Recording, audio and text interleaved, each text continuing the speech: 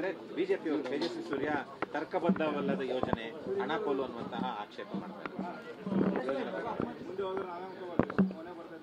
ಮಾನ್ಯ ಸಂಸದರಾದಂಥ ತೇಜಸ್ವಿ ಸೂರ್ಯ ಅವರು ತುಮಕೂರಿಗೆ ಮೆಟ್ರೋ ತಗೊಂಡು ಹೋಗೋದ್ರ ಬಗ್ಗೆ ಅವರು ಒಂದಿಷ್ಟು ಆತಂಕವನ್ನು ವ್ಯಕ್ತಪಡಿಸಿದ್ದಾರೆ.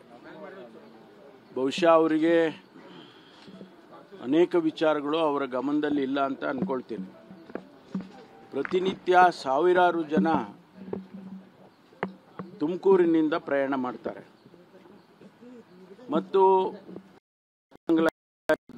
ಇರ್ಬೋದು ಅಥವಾ ಕ್ಯಾತ್ಸಂದ್ರ ಇರ್ಬೋದು, ಈ ಭಾಗಗಳೇನಿದೆ ಇವೆಲ್ಲ ಭಾಳ ವೇಗವಾಗಿ ಬೆಳೀತಾ ಇದ್ದಾವೆ. ಕೈಗಾರಿಕೆ ಉದ್ದೇಶದಿಂದನೂ ಬೆಳೀತಾ ಇದ್ದಾವೆ. ಆಮೇಲೆ ಜನ ಮನೆಗಳು ಕಟ್ಕೊಂಡು ಅಲ್ಲಿ ಎಕ್ಸ್ಟೆನ್ಷನ್ಸ್ಗಳು ಮಾಡಿಕೊಂಡು ಅಲ್ಲಿ ಜೀವನ ಮಾಡ್ತಿದ್ದಾರೆ. ಯಾಕೆಂದರೆ ಬೆಂಗಳೂರಿನಲ್ಲಿ ಒತ್ತಡ ಜಾಸ್ತಿ ಇದೆ.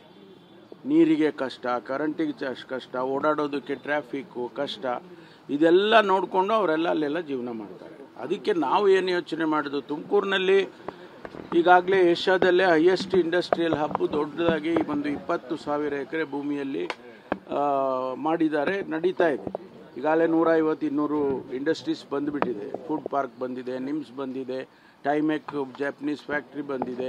ಅಲ್ಲಿ ಜಪಾನ್ ಇವರಿಗೇನೆ ಜಾಪನೀಸ್ ಟೌನ್ಶಿಪ್ಪಿಗೆ ಕೂಡ ಜಾಗ ಕೊಟ್ಟಿದ್ದೀವಿ. ಇಷ್ಟು ವೇಗವಾಗಿ ಅಭಿವೃದ್ಧಿ ಆಗ್ತಾ ಇರುವಾಗ ಅಲ್ಲಿಗೆ ನಾವು ಕನೆಕ್ಟಿವಿಟಿ ಬೇಕಲ್ವಾ?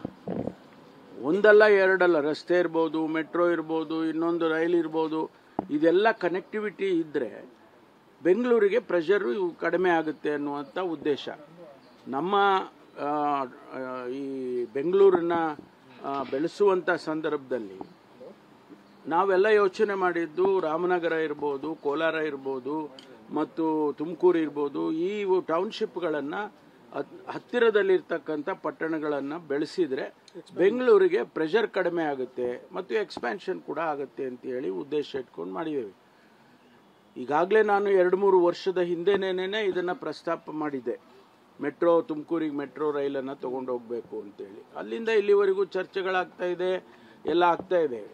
ನಾವು ಈ ಸಂದರ್ಭದಲ್ಲಿ ಮಾನ್ಯ ಮುಖ್ಯಮಂತ್ರಿಗಳು ಬಡ್ಜೆಟ್ನಲ್ಲಿ ನಾವು ಇದನ್ನು ಪರಿಶೀಲನೆ ಮಾಡ್ತೇವೆ ಅಂತ ಬಡ್ಜೆಟ್ನಲ್ಲಿ ಹೇಳಿದರು.